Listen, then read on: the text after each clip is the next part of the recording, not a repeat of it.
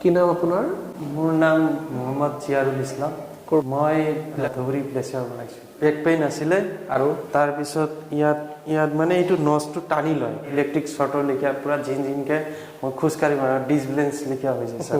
এই জইনটো পুৰা মানে বিষাইছিলে আগে পিছে মানে অলপ খোজকাঢ়ি যেতিয়া এনেকৈ হৈ যায় মানে পুৰা বিষ হৈ যায় মানে। আপুনি যেতিয়া মোক প্ৰথম দিনাই ট্ৰিটমেণ্ট দিলে মই মানুহটো চিধা হৈ গ'লোঁ।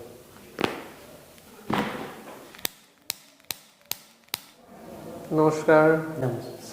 ধুবুৰী আপুনি ইয়াতে আহিলে কি অসুবিধা কি সমস্যা আছিল আপোনাৰ?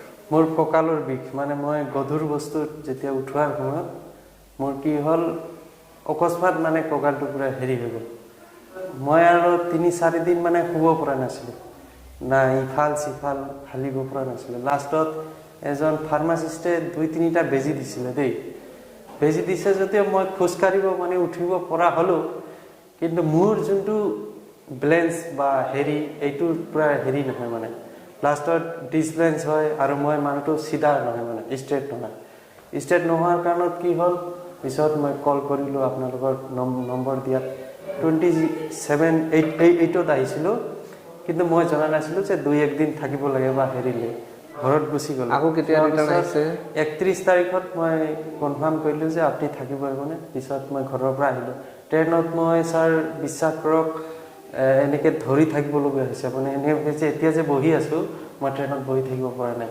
অলপ পিছে আধা ঘণ্টা 45 মিনিট পিছে বিলাচীৰ পৰা আহোঁতে হয়তো 4.5 ঘণ্টা 5 ঘণ্টা লাগিলেও ছাৰ মই থিয় হৈ কেতিয়াবা থাকিব লাগে, কেতিয়াবা বহিব লাগে, মানে উপায় নাই আৰু। আপুনি যেতিয়া মোক প্ৰথম দিনাই ট্ৰিটমেণ্ট দিলে মই মানুহটো চিধা হৈ গ'লোঁ। তেতিয়াৰ পৰা মোক এনেকৈ লাগিছে যে মই এতিয়া গধুৰ বস্তু উঠাব পাৰিম, মানে মোক এটা মত মানে হৈ গ'ল। ইয়াতে অহাৰ আগত ক'ত বিষ আছিলে? মোৰ এইটো বেক পেইন আছিলে আৰু তাৰপিছত ইয়াত মানে এইটো নচটো টানি লয় মানে একদম পুৰা ইলেক্ট্ৰিক শ্বৰ্টৰ লেখীয়া পুৰা জিনকে মই খোজকাঢ়ি ডিছবেলেঞ্চ লেখীয়া হৈ যায় ছাৰ। এইটো পুৰা নষ্ট আৰু এইখিনিতো এই জইনটো পুৰা মানে বিষাইছিলে আগে পিছে মানে এনেকৈ পুৰা একদম বিষায় মানে যেতিয়া অলপ চলপ খোজকাঢ়ি যেতিয়া এনেকৈ হৈ যায় মানে পুৰা বিষ হৈ যায় মানে। তো এতিয়া কি বিষ আপোনাৰ আছে আৰু কি নাই? এতিয়া যদি 2-3 কিলোমিটাৰ হাইয়েষ্ট যেতিয়া হেৰি কৰে তেতিয়া বাই চান্স ঝিনঝিনাই আৰু এই ফেনটোৱে আৰু অসুবিধা বিষ সেইবিলাক নাই, এইটো বিষটো নাইয়ে এতিয়া। চিয়ৰ বিষ কমিছে? বিষ কমিছে। এতিয়া ধৰক মই এতিয়া আৰামত ইয়াত বহিব পাৰোঁ, উঠিব পাৰোঁ, কোনো নাই। আগত কিন্তু মই এনেকৈ কৰিব পৰা নাছিলোঁ। আপুনি মেইনটেইন কৰক, ভাল থাকক। MRI অৱস্থাটো কি আপুনি ভালকৈ জানে, নিজে চাইছে। আপুনি মেইনটেইন কৰা, পশ্চাৰ মেইনটেইন, কেনেকৈ উঠিম, কেনেকৈ বহিম, কেনেকৈ থিয় থাকিম, খোজকাঢ়িম, তলত যদি বস্তু পৰি যায় তো কেনেকৈ উঠাব, কি কৰিব, এইবিলাক ধুনীয়াকৈ মানে আপুনি ভাবি চিন্তি লাইফটো চলাব লাগে, য'ত বেমাৰটো আকৌ ঘূৰি নাহক। ঠিক আছে?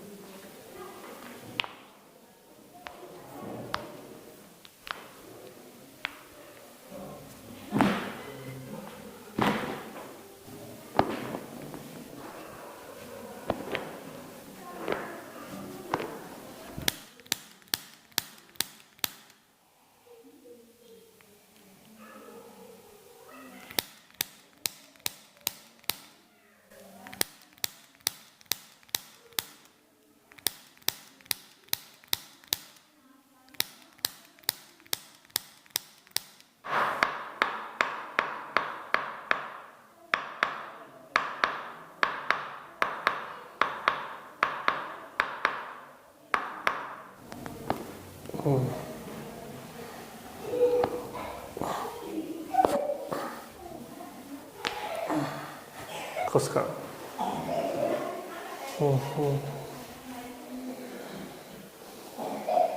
কঁকালটো ঠিকে আছে একদম।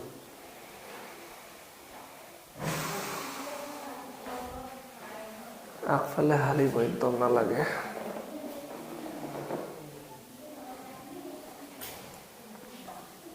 গুগল পুৰা ফ্ৰী উম